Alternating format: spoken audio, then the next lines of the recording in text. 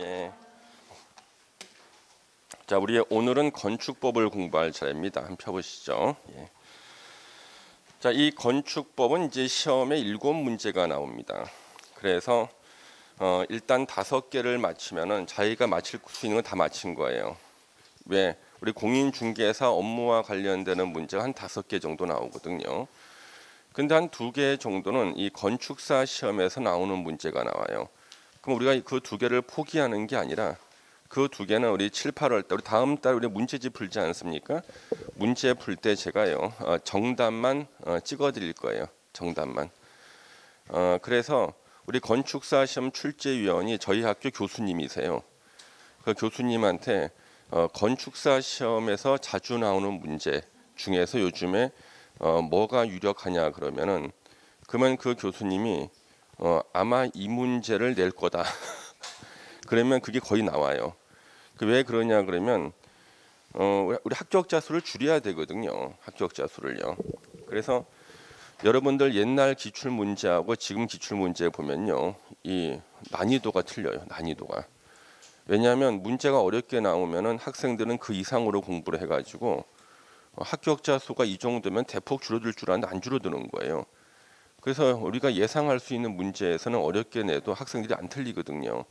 그러니까 도저히 맞출 수 없는 문제를 골라서 내는데 그런 문제도 우리가 포기하지 않고 일단 우리는 6월 달까지는 7개 중에서 5개를 맞히는데 전념하시고 나머지 2개는 보너스 문제야. 틀리더라도 당락이 지장 없어요. 그래서 이 건축법에서 틀리라고 내는 문제 틀리면은 한 90점 정도 나와. 예. 그거 다 맞히면 이제 한 95점, 이제 100점 넘어가는 거죠, 그렇죠? 예. 그러니까 편한 마음으로 공부를 하시면 됩니다. 근데 가장 안타까운 사람들이 매년 나오는 문제에서 틀려. 예. 자기가 수없이 풀어봤는데 거기서 틀려. 이런 일만 줄이면은 합격하는 겁니다. 예. 그래서 이제 우리 건축법을 공부하는데 건축법 7문제. 우리는 일단 이번 시간에 5문제를 맞히는 겁니다. 그러면 거기 73페이지에 거의 건축물의 의의라고 나오죠. 건축물이란 토지에 정착하는 공작물 중에서 이 공작물이 뭐냐고 누가 물어보면은요, 인공적으로 만든 물건은 다 공작물이에요. 사람이 인공적으로 만든 물건, 이걸 다 공작물이라 그래요. 그러면 토지 위에 있는 그 공작물 중에서 지붕과 기둥이 있으면 건축물이에요. 지붕하고 벽이 있으면 건축물이다. 그래서 지붕하고 기둥, 지붕하고 벽이 있으면 건축물이다. 그다음에 이에 딸린 시설물, 딸린 시설물은요, 대문하고 담장을 말해요. 대문하고 담장. 그래서 그 건물에 담장이 딸려 있거나 대문이 딸려 있다. 그러면 그것도 역시 건축물에 들어갑니다.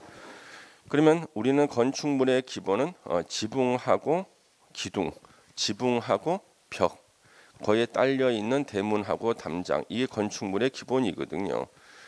그러면 우리 지붕이 없는 야구장 같은 경우, 축구장 이런 거는 건축물입니까 아닙니까? 야구장, 지붕 없는 야구장이나 축구 경기장 건축물인가 아닌가? 법적으로 보면 건축물이 아니다 그래야 될 텐데 여러분들 민법 시간에 혹시 관습법 배웠어요? 그 관습법이라는 게 민법에만 나오는 거 아니에요. 우리 공법에도 그런 게 있어요. 그래가지고 법에 의하면은 축구 경기장은 절대 건축물이 될 수 없어요. 지붕이 없기 때문에. 그런데 아무도 거기에 대해서 이의를 제기하지 않고 국가기관, 지자체 모든 데서 서로 말은 안 하면서 건축물로 취급해. 서로 말을 안 해, 거기에 대해서. 그래서 지자체, 국가기관 모든 데서 다 야구장 스탠드, 야구장이라든가 축구장처럼 지붕이 없는 시설들을 다 건축물로 처리해요. 그래서 이제 공부를 하는 사람이 문의를 해요. 아니 지붕이 없는 어떻게 건축물이냐 그러면은 그냥 우리는 그렇게 취급해요 그러는 거예요. 지자체와 공공기관. 그러면 그 근거가 뭐냐고 물어보면 담당자 대답을 못해. 왜? 제가 공무원이 되기 전부터 그랬는데요. 그냥 이렇게 해왔는데요. 그래요. 그럼 그 사람이 법대 출신이 뭐라 그러겠어요? 일종의 관습법이라고 보시면 됩니다. 그럴 텐데 그걸 몰라. 그냥 그렇게 해온 거예요. 그렇죠? 예.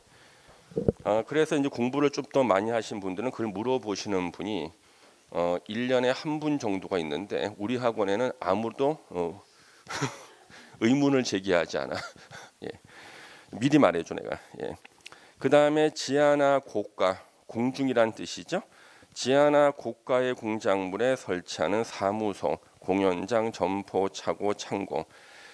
그러니까 점포가 바로 지하 상가도 건축물이에요. 지하 상가도. 그러니까 지표면에 있는 게 원칙이지만 지하 상가도 건축물. 공중에다가 만들어놔도 건축물이 돼요. 그러니까 지표면에 닿지 않고 공중에다가 만들어놔도 건축물이다.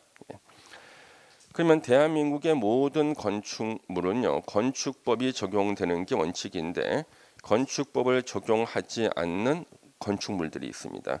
그래서 이게 거의 매년 나오고 있죠, 지금요. 건축법을 적용하지 않는 건축물. 그러면 건축법이 적용되는 건축물을 외운다는 건 불가능하지. 너무 많으니까. 그래서 건축법이 적용 안 되는 건축물을 외우시되 이거는요 건축법을 적용하지 않아야지만 타당한 결과가 나오는 것들이에요. 건축법을 적용하지 않아야 된다. 그래서 지정문화재나 임시지정문화재 건축법을 적용하지 않는다. 이걸 적용하면은요 몇백 년 전에 지었던 봉정사 극락전 건축법 위반이거든. 철거해야 돼. 말이 안 되죠, 그렇죠? 또 예전에 나왔던 문제. 지정 문화재까지만 외운 학생들을 위해서 지정 문화재는 건축법이 적용되지 않지만 임시 지정 문화재는 건축법을 적용해야 된다. X 이렇게 나온 적도 있어요. 예. 그 다음에 이제 철도나 궤도, 궤도는 우리 레일리 바이크 같은 거죠. 철도나 궤도의 선로 부지에 있는 다음 시설. 그러면 원래 우리 철도나 궤도 옆에다가는 건물을 못 짓는 게 원칙이에요. 근데 철도나 궤도 옆에다가 건물을 짓기 위해서는 건축법을 적용하지 않아야지만 지을 수가 있어요.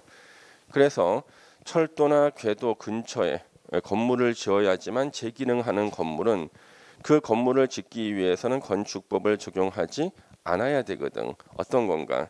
운전 보안 시설. 그 다음에 보행 시설인데 바로 육교 같은 거죠. 지하도나 육교 같은 거죠. 철도 위에 육교. 그 다음에 플랫폼 기차가 들어오는 거죠. 철도 궤도 사업용 급수 급탄 급유 시설.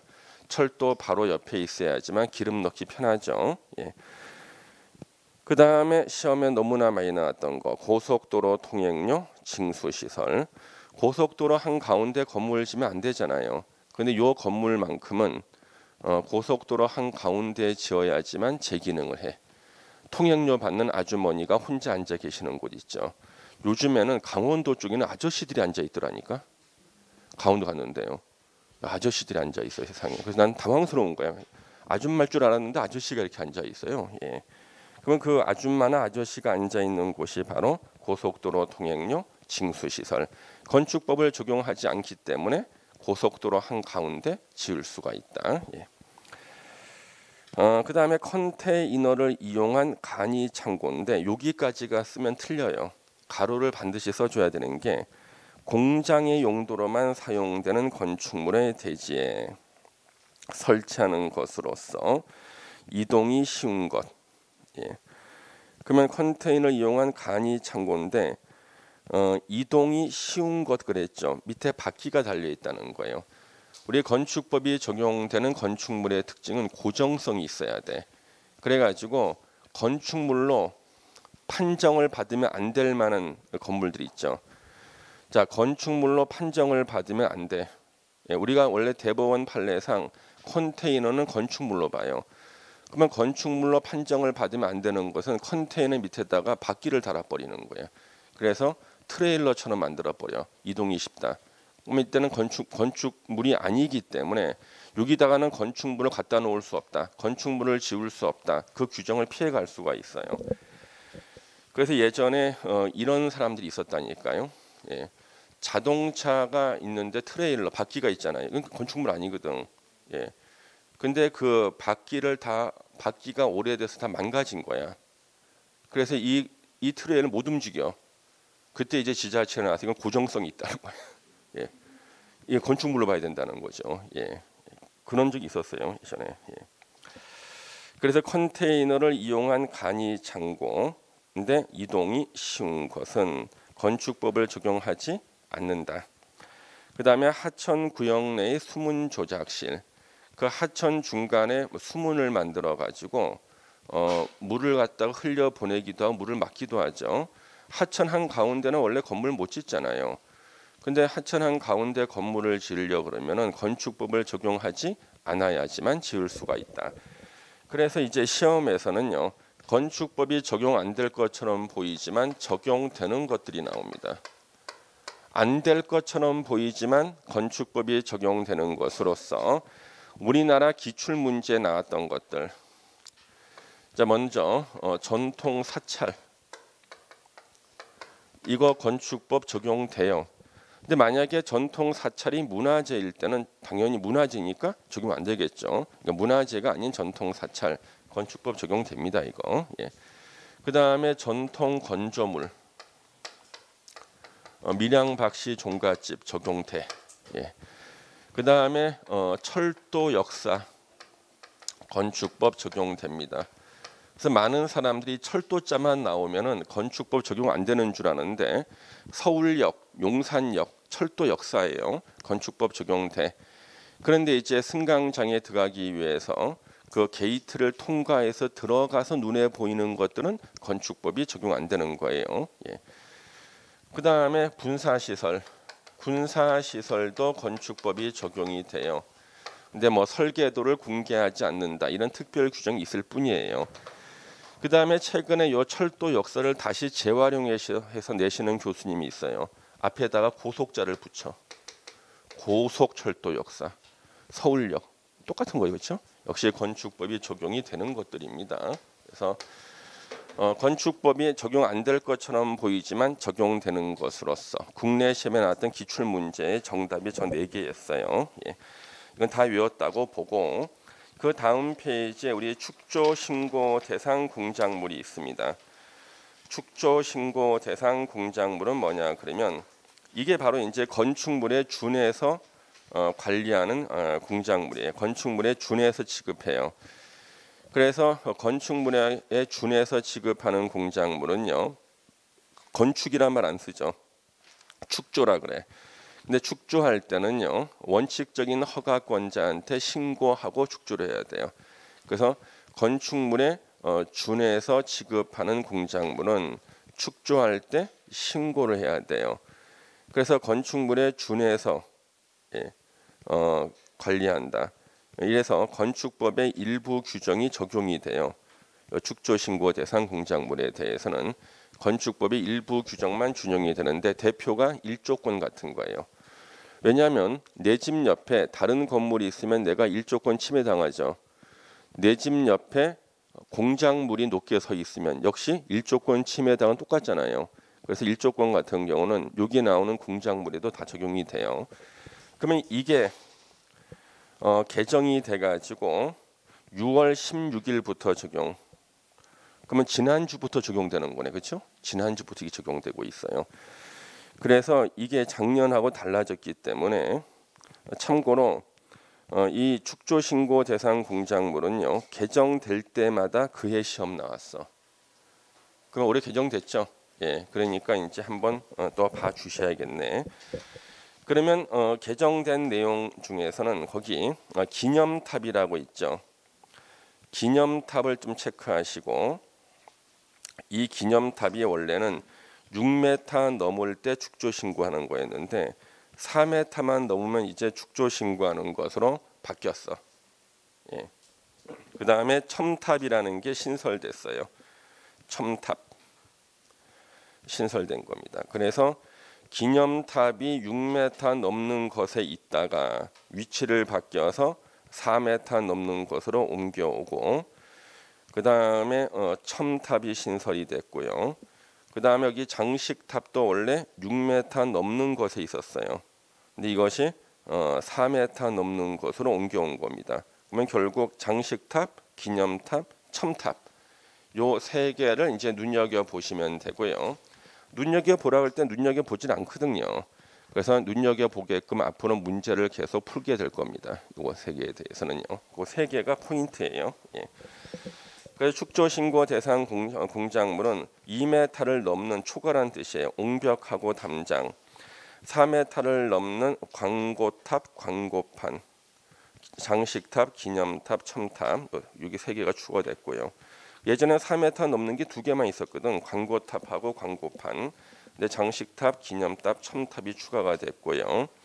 그다음에 5m 넘는 태양 에너지 발전 설비. 까만색 흡수판 있죠? 예. 6m 넘는 게 이제 대폭 줄어들었어요. 굴뚝, 골프 연습장. 그다음에 통신용 철탑. 예. 8m를 넘는 고가 수조, 옥상 물탱크. 요거 하나만 이하예요. 8m 이하. 나머지는 다 넘는 건데 요거 하나만 이하. 8m 이하의 기계식 주차장.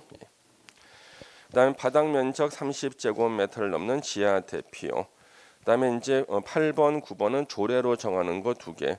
조례가 정하는 제조 시설, 저장 시설, 유의 시설, 청룡 열차 이런 것들이죠. 예. 그다음에 중량물로서 조례 정하는 거 이렇게 한번 보시고. 어차피 이제 앞으로 문제 몇 문제 더 풀게 되면은 마치게 됩니다. 그다음 이제 적용 대상 행위가 나오는데요. 건축법이 적용되는 대상이 건축에 적용됩니다. 자, 건축의 종류도 시험에서 기출 문제에서 지금까지 제일 기본 한 세 문제 나온 것 같아요. 건축의 종류가 뭔가? 신축, 증축, 개축, 재축, 이전이다. 이 뻔한 것을 세 문제나 냈어. 그럼 우리가 한번 기출 문제 맞춰 보겠습니다. 이전은 건축에 해당하지 않는다. X. 이전은 건축에 해당한다. O. 다 맞췄네 기출 문제. 예. 예. 근데 왜 이걸 갖다 시험장에서는 틀리지? 예. 지금은 맞히는데. 예. 자, 그러면 이 건축의 종류 5개 중에서요. 신축이 가장 간단하죠. 건축물이 없는 대지에 새로 주된 건축물을 축조하는 것은 신축이고요. 그 다음에 기존 건축물이 해체되거나 멸실된 대지를 포함한다. 그렇죠? 그러면 결국엔 아무것도 없는 대지에다가 건물을 새로 짓는 건데, 그러면 시험에서는 주로 뒤에 있는 괄호가 나오죠. 부속 건축물, 본체와 분리되어 있는 창고 같은 거죠. 부속 건축물만 있는 대지에 주된 건물을 짓는다. 이거는 증축이 아니라 신축이다. 그렇죠? 예, 그걸 이제 알아두셔야 되고. 그러면 시험에서는 요 증축이 가장 많이 나왔다는 거죠. 증축. 자, 요 증축은요. 동일한 대지 안에서 건축 면적이 증가하면은 증축이 돼요. 그다음에 층수가 증가해도 증축. 높이가 증가해도 증축, 연면적이 증가해도 증축. 그래서 증축에 해당되는 가지수가 4가지나 있기 때문에 시험에 가장 많이 나온 게 증축이에요. 그러면 동일한 대지 안에서 이렇게 기존의 건물이 이렇게 있습니다. 이 건물에다가 이렇게 붙여서 이렇게 늘려지었다. 이거 건축 면적이 증가했죠. 이거 증축이야. 가장 대표적인 증축. 근데 만약에 이 건물을 A동 건물이라고 하고요. 동일한 대지 안에 별동의 건물을 하나 더 지었어요. 자, B동 건물을 지었다. 그럼 이 B동 건물을 짓는 것은 신축일까, 증축일까? 신축이야, 증축이야? 이거 증축이죠. 건축 면적이 증가한 거야. 그래서 동일한 대지 안에서 건축 면적만 증가하면 다 증축이에요. 기존 건물에 붙여서 증가시키든 별동의 건물을 짓든 동일한 대지 안에서 건축 면적이 증가한 건 마찬가지죠. 그래서 이거는 증축이라고요. 이걸 신축이라 그러면 큰일 나요. 그래서 이건 증축이다. 건축 면적이 증가했기 때문에. 그 다음에 이제 건물을 갖다가 뚝 잘라서 층수를 1층, 2층 만들었어. 층수가 증가했죠. 이래도 증축이야. 그 다음에 각 층의 바닥 면적의 합이 연면적이잖아요. 그러면 바닥 면적이 늘어나면 결국 연면적도 늘어나죠. 바닥이 늘어났지. 이러면 연면적 증가로 증축. 건물의 높이를 높였다. 높이 증가도 이것도 증축이야. 예. 그래서 증축에 해당되는 가지수 전 네 가지를 기억하셔야 돼요. 증축이 제일 많이 나왔죠. 예. 그래서 예전에는 증가라 그랬는데 증가라는 단어가 어렵다는 민원이 제기가 돼서 늘리는 것을 말하는. 뭘 늘려? 아주 증가지 그렇죠? 예. 아니 민원이 있다고 해서 이걸 갖다가 바꿔주는 사람이 이상한 사람 아니에요? 예. 그러면 앞으로 이제 모든 법률 용어는 다 바꿔야겠네. 예. 그러면 앞으로 민법에 뭐 대리, 표현 대리 이런 것도 다 바꿔야지. 예? 그렇지 않습니까? 법률행 다 바꿔야 될 거 아니야. 예. 한글로 다 바꿔줘야지. 어려우면 지가 공부해가지고 법률 용어를 공부해야지. 그렇죠? 예. 그래서 아주 웃기게 됐어요. 지금 법이. 예. 붕괴한다. 붕괴. 예. 개축. 자, 우리 개축은 기존 건축물의 전부나 일부를 해체하고 그 대지의 종전과 같은 규모 범위, 종전 규모 이하를 말하죠. 같거나 더 작게 다시 축조하는 게 개축이라고요. 그러면 지금까지 개축은요, 그냥 단순하게 전부나 일부를 철거하고 종전 규모 범위 내에서 새로 지으면 개축이다 그랬다고요. 그런데 아직 시험에 안 나온 게 그 일부예요. 다른 데 시험에 나왔어. 일부. 그러면 일부 철거는 도무지 어느 정도 철거가 일부 철거냐. 벽에 타일 몇 장 뜯어낸다고 일부가 되는 게 아니에요. 네 군데가 있죠. 네 군데. 자, 네 군데가 있었기요. 내력벽, 기둥보, 지붕틀 네 군데 중에서 세 군데 이상을 갖다가 철거해야지만 일부 철거로 봐. 일부 철거. 예. 근데 한옥의 경우에는 지붕틀 범위에서 석가래는 제외한다. 석가래는 지붕틀이 아니라는 거예요. 예. 그래서 네 군데 중에서 셋 이상을 철거해야지만 일부 철거로 본다. 예. 그 다음에 재축. 자, 재축은 천재지변으로 멸실된 경우 종전 규모 이하로 새로 지으면 재축인데 종전 규모 이하는 어떻게 결정할 것인가. 밑에 연면적 합계. 각 층의 바닥 면적이 합이 연면적인데 대지 안에 건물이 두 동 이상 있을 때는 각 동의 연면적을 더한 것을 연면적 합계라 그래요. 그러면 대지 안에 건물이 한 동만 있을 때는 연면적과 연면적 합계가 같아. 그렇죠? 예. 그래서 건물이 두 동 이상 있을 때 각 동이 연면적을 더한 것을 연면적 합계라 그러는데 건물이 한 개밖에 없을 때는 연면적 합계와 연면적이 같다. 예. 그럼 연면적 합계가 종전 규모 이하로 하고 동수, 층수, 높이는 둘 중에 하나. 기역번, 동수, 층수, 높이도 모두 종전 규모 이하일 때. 그래서 옛날에는요, 그냥 거기 기역번까지가 있었어요. 니은번 때문에 이렇게 개정을 한 거예요. 니은번, 동수, 층수, 높이 어느 하나가 종전 규모를 초과하게 됐다. 그렇지만 법을 위반하지 않고 다 적합하다. 그러면 이 얘기는 뭐냐 그러면 요 재축에서 예전에는 재축이 안 되던 것이 지금은 재축에 해당이 된 거예요. 그래서 이제 동일한 대지 안에 기존에 5층짜리 건물이 하나 있었고요. 요거 7층짜리 건물이 하나 있었다고 이렇게 해요. 옛날에는 이게 재축이 되기 위해서는요. 천재 주변으로 두 개의 건물이 다 무너졌어. 그럼 요것도 5층이야. 요것도 7층 이하로 재야 됐어. 그래야지만 예전엔 재축이었어요. 그런데 새로 지을 때 이것을 갖다가 7층으로 하고 이걸 잘라서 이것을 5층으로 한 거예요.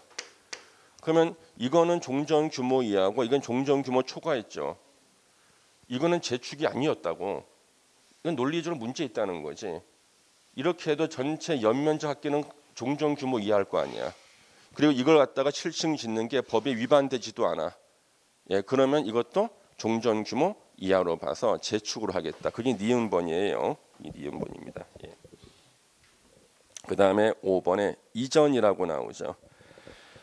이전이란 이전도 시험에 나올 때요. 옳은 지문으로 나온 거, 그 다음에 틀린 지문으로 내는 것은 두 가지예요. 주요 구조부를 해체하지 않고 같은 대지에 다른 위치로 옮기는 것이 이전이다.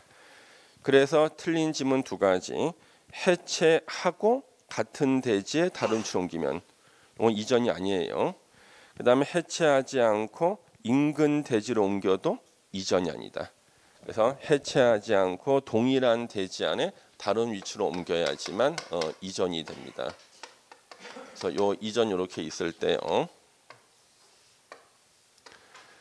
그래서 기존의 건물이 이렇게 있다. 기존의 건물. 그러면 이전의 가장 대표적인 것은 이 건물을 들어서 동일한 대지 안에 다른 위치로 옮기는 게 이전인데, 우리 이런 학원 건물 같은데 이거 이전이 가능하겠습니까? 어떻게 들어서 옮겨? 그렇죠? 그냥 목조 건물이나 조립식이나 가능하겠죠. 물론 이전이고.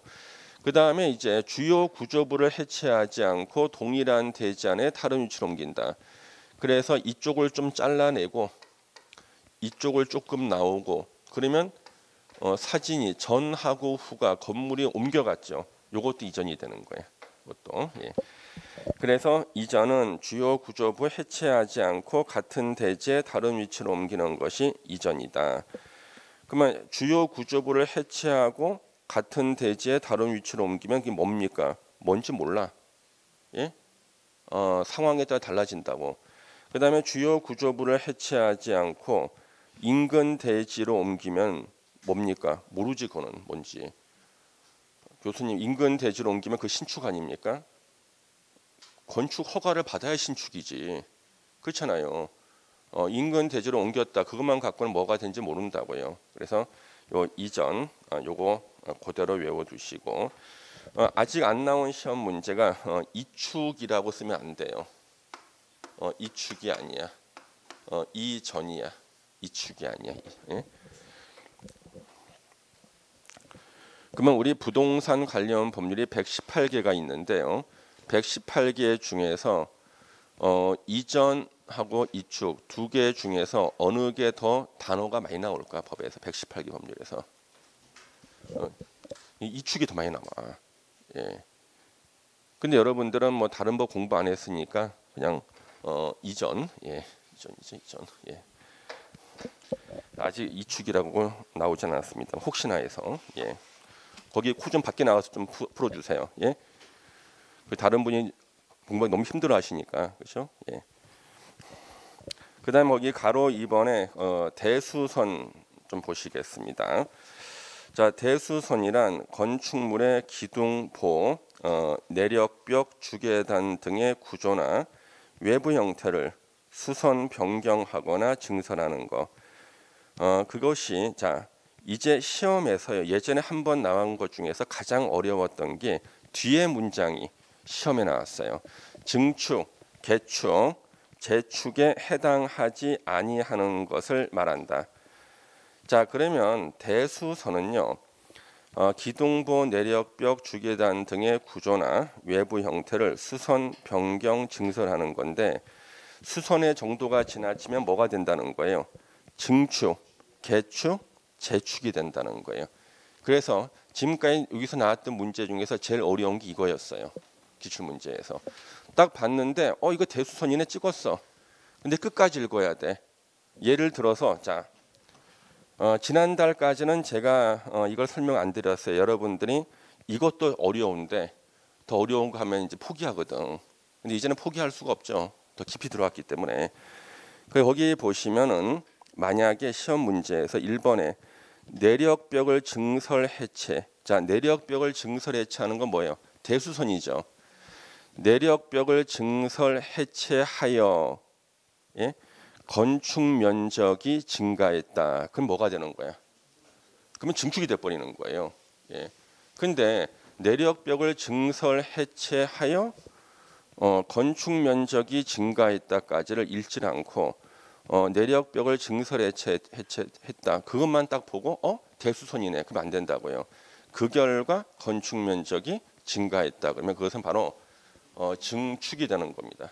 예, 증축. 그래서 건축 면적 증가, 층수 증가, 높이, 연면적 증가 다 증축이죠. 그렇죠?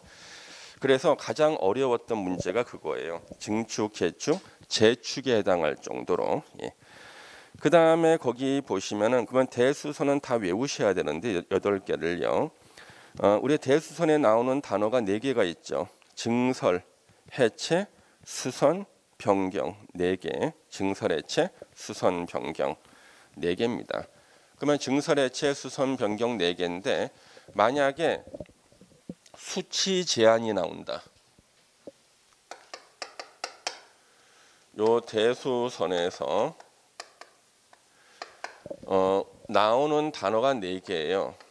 증설, 해체, 그리고 수선, 변경이 나오는데 만약에 대수선에서 수치가 나온다. 그러면 수선 변경 쪽에서 요 수치 제한이 붙는 거예요. 수치 제한이 붙는 거라고. 그러니까 수선 변경 쪽에서 수치 제한이 나올 수도 있고 안 나올 수도 있는데 수치 제한이 나오면 수선 변경 쪽에서 나와야 돼요. 증설 해체 쪽에서는 수치 제한이 안 나와요. 그러면은 이 대수선이 시험 나왔을 때 많은 사람이 헷갈리는데 이제 하나씩 체크를 해보시면은 내력벽을 증설 해체하거나 벽면적 30제곱미터 이상, 내력벽의 벽면적을 말해요. 30제곱미터 이상 수선 변경하면 대수선이다. 그 다음에 기둥을 증설 해체하거나 3개 이상 수선 변경하면 대수선이다. 자, 그러면 이때 지금 1번, 2번도 다 수치 제한은 수선 변경 쪽에 나왔어요. 그러면 3번에 기둥 볼을 증설 해체하거나 3개 이상 수선 변경 대수선이고요. 지붕틀을 증설 해체하거나 3개 이상 수선 변경은 대수선이다. 그럼 이제 문제를 낼 테니까 대수선인지 아닌지를 OX로 대답해 보세요. 기둥 2개 증설. O야 X야? 기둥 2개 증설. 아니 증설 해체는 숫자 제한이 안 나온다니까. 2개 증설해도 당연히 대수선이지. 아니 설명한 지 지금 약 한 30초 정도 지났는데 한 30초 정도 지났는데 틀림도 곤란하잖아. 선생 사기에 떨어지네. 증설 해체는 숫자 제한이 안 나와. 1개를 증설해도 대수선, 1개를 해체해도 대수선이에요. 그래서 그러면 다시 기둥 1개 수선하고 볼을 1개 수선하고 지붕틀 1개 수선해서 합이 3개 수선은 대수선인가 아닌가? OX로. X야. 각각 3개 이상 수선 변경이고 합쳐서 3개 이상은 대수선이 아니라고요. 예. 그래서 증설 해체 쪽은 어떤 숫자가 나와도 다 대수선이고요. 수선 변경 쪽에는 거기에 해당되는 숫자가 나와야지만 대수선이 되는 거예요. 예. 뭐 어차피 틀리고 돌아오겠지만 일단 설명했어요. 예. 다 영상 기록이 다 있어. 영상 기록이 다 있어요. 예. 그래서 그 예전에 제가 어디 강의하고 특강했던 것이요. 그걸 누가 찍어가지고 유튜브에 올려놓은 거예요. 조회수가 8만 명 막 올라와 있어. 그게 한 뭐 7, 8년 전에 찍은 것도 있고 막 그래요. 근데 그때 제가 예상했던 것이 그대로 다 지금 현실화되고 있는 거야. 현실화되고 있어요. 그랬더니 사람들이 요즘에 다시 연락이 와요. 최근에 이제 새로 찍어서 앞으로 몇 년 후 걸 갖다가 해주면 안 되냐고. 그래서 아니 유튜브에서 나한테 뭐 도움이 되는 게 뭐가 있어. 그렇잖아요. 그래서 지금 나와 있는데 여러분들 요거 보시면은 지금 시험 문제도요. 지금 교수님들이 계속 연구를 해요. 교수님들이. 왜? 어차피 시험 범위는 제한돼 있고 작년 31회 때까지 시험을 봤기 때문에 좀 더 새로운 문제를 낼 수밖에 없어요. 근데 재료는 똑같아. 재료는 똑같은데 요리는 다르게 해야 돼. 그러니까 이게 힘든 거예요. 이제 남은 게 몇 개 없다니까요. 그래서 보는 뭐 2개 해체했다? 당연히 대수선이야. 근데 보 두 개를 수선했다? 대수선이 아니야. 예.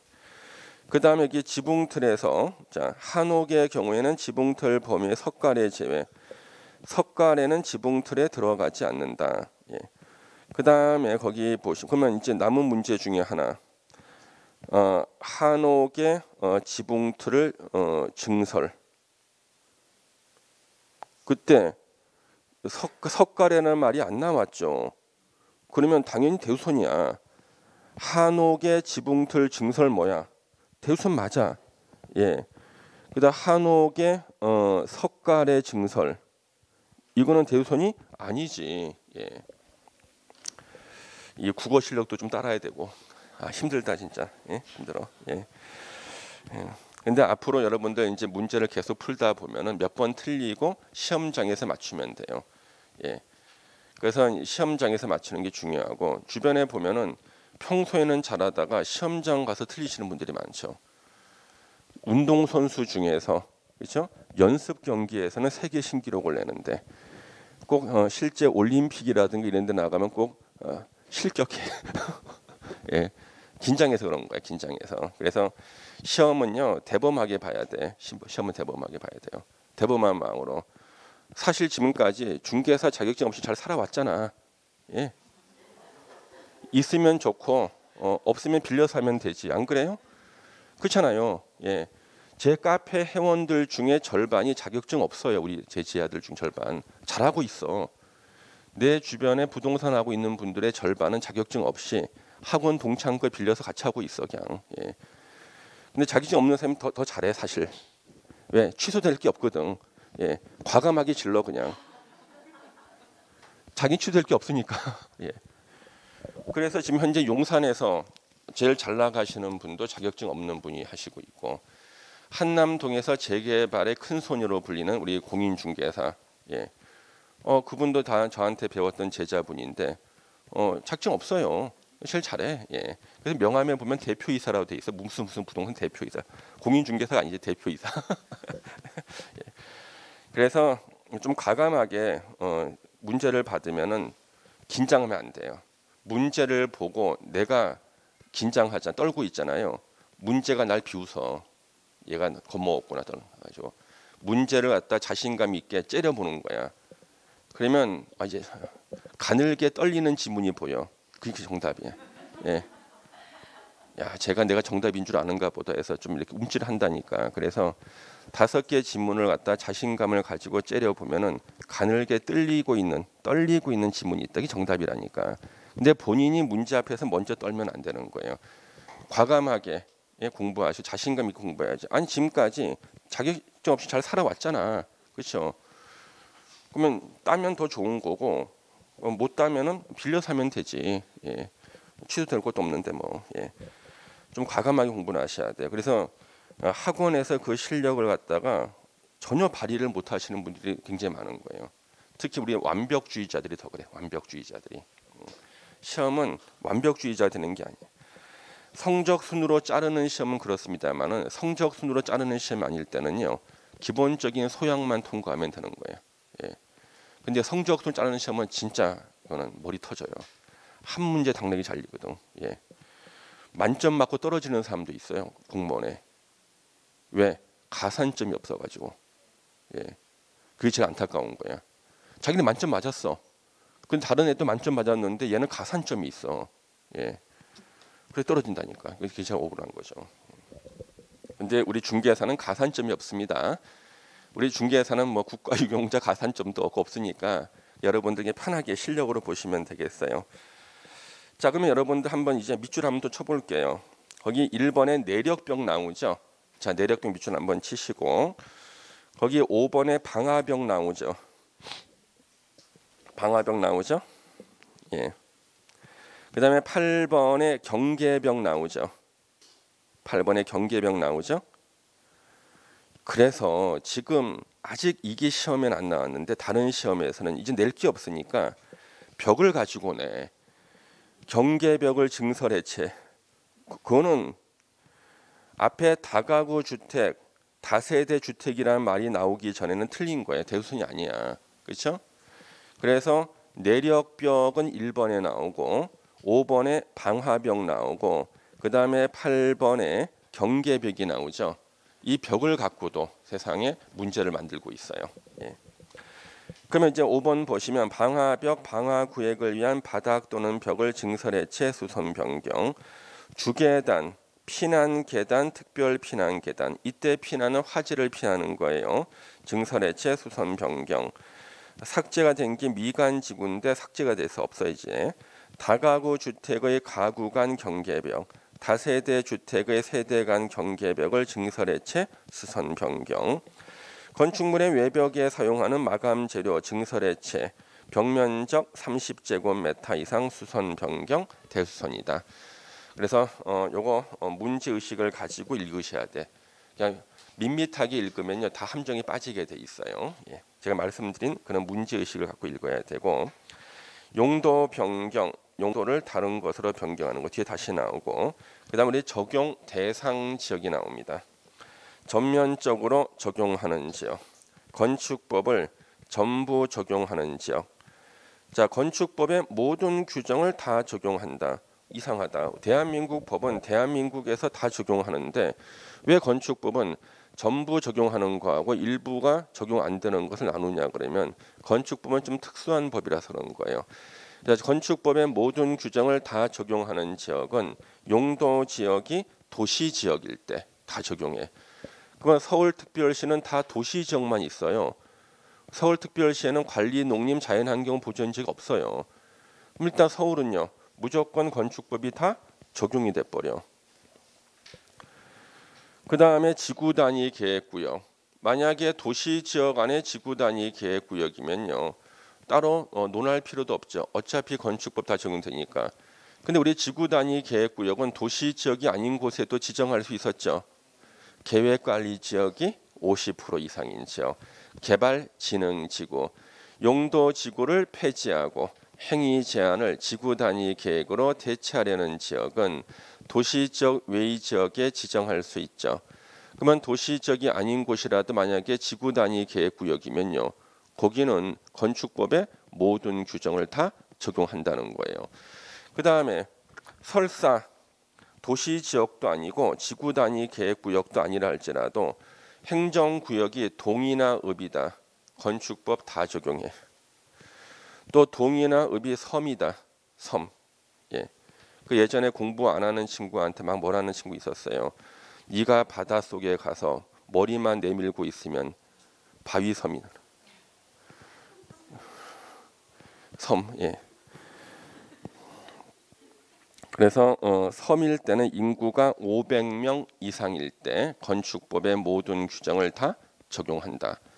그러면 일부 조항, 건축법의 6개의 조항을 적용하지 않는 거, 6개의 조항을 적용하지 않는 게 일부 조항 적용 배제 지역입니다. 그래서 이제 전면적 적용 대상 지역을 제외한 거예요. 전국의 도시 지역 빼, 그리고 지구 단위 계획구역도 빼고 동이나 읍을 빼고 남는 곳 산골짜기만 남아. 그 산골짜기에서는 적용하기 힘든 규정 6개를 적용하지 않는다. 그러면 이 6개를 시험에 낸 적이 2번 있어요. 그러면 이 6개는 이제는 우리가 설명을 드리면 기억을 할 수가 있습니다. 이제는 왜 이 6개는 산골짜기에 적용하지 않을까? 대지와 도로와의 관계. 건축물이 있는 대지는 2m 이상을 도로에 접해서 맹지가 되지 말아야 돼. 2m를 접하라는 것은요. 한 명은 도로 쪽으로 나가고 한 명은 대지 쪽으로 들어오고 1인당 1m씩을 쓴다는 거예요. 산골짜기에 사람 안 살아. 안 살아. 예. 살아봤자 한 명 살고 있는데 무슨 2명이 서로 교차해서 지나갈 일이 어디 있겠어. 그렇죠? 예. 그래서 2m 접하라는 것은 산골짜기에 적용하지 않는다. 도로의 지정 폐지 변경할 때는 이해관계인의 동의를 받아야 된다. 산골짜기에 이해관계인 없어. 이해관계인 찾다가 공사 못해. 예? 없다니까. 기껏 해봤자 뭐 고라니, 예? 반달곰 만났다가 또 이제 혼나지. 그렇죠? 반달곰한테. 예. 그 다음에 건축선 지정은요. 이거는 뭐냐 그러면 도시 지역 안에서 4m 이하 범위 내에서는 건축선을 후퇴해서 별도로 지정할 수 있다. 도시 지역이라고 아예 대통령령에 나와. 여기는 도시 지역이 아니잖아요. 당연히 이 규정은 적용하지 않는다. 예. 건축선에 따른 건축 제한이 나와요. 높이 4.5m 이하에서는 문을 열고 닫을 때 건축선의 수직면을 넘는 구조를 해서는 안 된다. 문을 안으로 당겨서 열거나 아니면 미닫이 문을 설치해라. 높이 얼마야? 4.5m. 4.5m는 화물 트럭의 최대 적재 높이. 산골짜기에 4.5m짜리 화물 트럭 안 지나다녀. 예. 적용할 필요가 없죠. 적용하질 않아. 예. 그 다음에 방화지구 안의 건축물. 방화지구의 대표 명동역 주변, 논현역 주변, 동대문 시장 일대 사람들이 바글바글한 곳에서 불나면은요 피해가 생길까봐 방화지구를 지정하고, 방화지구로 지정된 건물은 지역에 건축을 할 때는 철근이나 철골 구조로 짓게 돼 있어. 산골짜기에 방화지구 지정 사람도 없는데 초가집 못 지어. 철근이나 철골로만 지어야 돼. 말이 돼? 안 되죠. 적용하지 않는다. 그 다음에 대지의 분할 제한. 건축물이 있는 대지는 작은 면적으로 분할할 수 없다. 주거지역과 기타 지역은 60, 상업공업은 150, 그 다음에 녹지지역은 200제곱미터에 미달되게 분할 금지. 이거는 도시지역에서나 적용하고 산골짜기엔 적용하지 않겠다야. 자, 그러면은 이 6개가 산골짜기에서 적용이 안 되는데, 이 6개 외에 시험 문제는 뭐가 나오냐 그러면 이 6개 외에 자기가 생각나는 걸 내요. 교수님께서. 예? 본인이 생각나는 대로 6개 외에 쓰신다고요. 그래서 어떤 분은 용적률 쓰시는 분이 있어요. 그래서 도시지역도 아니고 지구 단위 계획구역도 아니고 동이나 읍도 아닌 지역에서는 용적률을 적용하지 않는다. X. 건폐율을 적용하지 않는 X. 그 다음에 공개 공지를 적용하지 않는다. 적용해. 예. 그럼 이때 가장 많이 헷갈리는 게 공개 공지야. 왜 공개 공지 규정을 적용하지? 적용을 배제하지 않지? 그러면 산골짜기에서 건물 지을 때는 공개 공지를 갖다가 확보하라는 건가? 공개 공지 설치하는 일이 실제로 있을 수가 없어. 왜? 공개 공지는요 대형 건물 지을 때, 그 다음에 공개 공지는 용도 지역이 벌써 따로 정해져 있죠. 그래서 그거는 구태여 적용 배제를 하지 않아도 어차피 적용이 안 되는 것들이에요. 예, 그래서 나옵니다. 자, 그래서 여기 일부 조항 적용 배제 6개. 아니 이걸 그냥 외우면 되는데 어떤 분은 또 말을 만들어서 외워요. 예. 이렇게 외우지 마세요. 대도 건방 이렇게 외워요.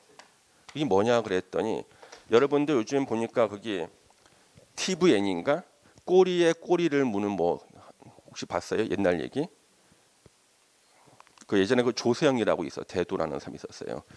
그 사람이요 부잣집을 털어가지고 길에 지나가다 거지한테 다 줬대요. 예. 건방 떨다가 붙잡혔다는 거 아니야. 그래서 예. 그래서 대지와 도로와의 관계. 예.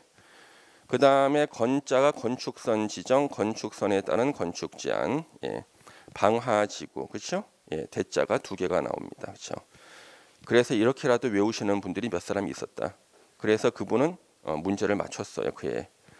지금까지 이게 2번 나왔는데 어차피 여러분들은 응용 문제 나오면 또 틀릴 가능성이 있겠습니다만은 10월 달쯤 가면은 무조건 맞춰요. 자, 그러면 한번 여기다가 제가 예상 지문 한번 써보겠습니다. 요 문제에 대한 거. 예상 지문.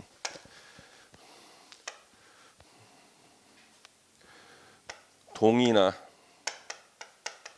읍이 아닌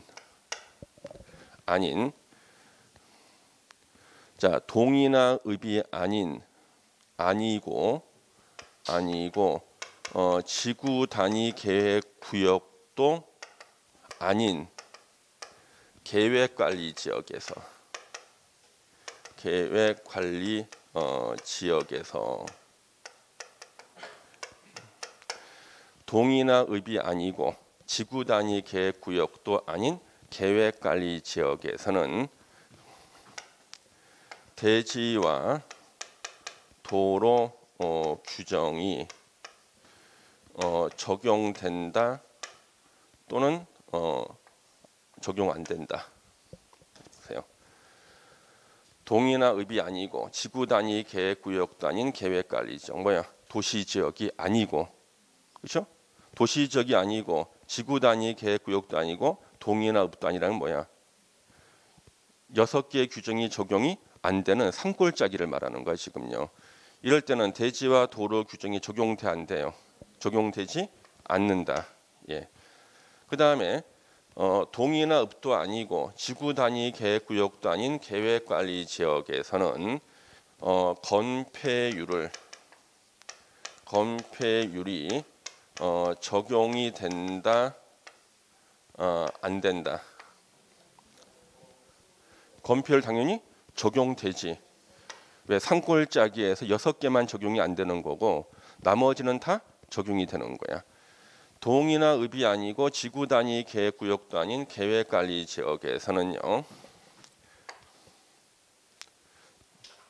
공개 공지 규정이 적용이 되는가 안 되는가? 적용이 돼. 적용이 돼. 왜? 적용 안 되는 거에 없으니까 적용이 돼. 근데 머릿속에서 이상해. 산골짜기 무슨 공개 공지를 설치해.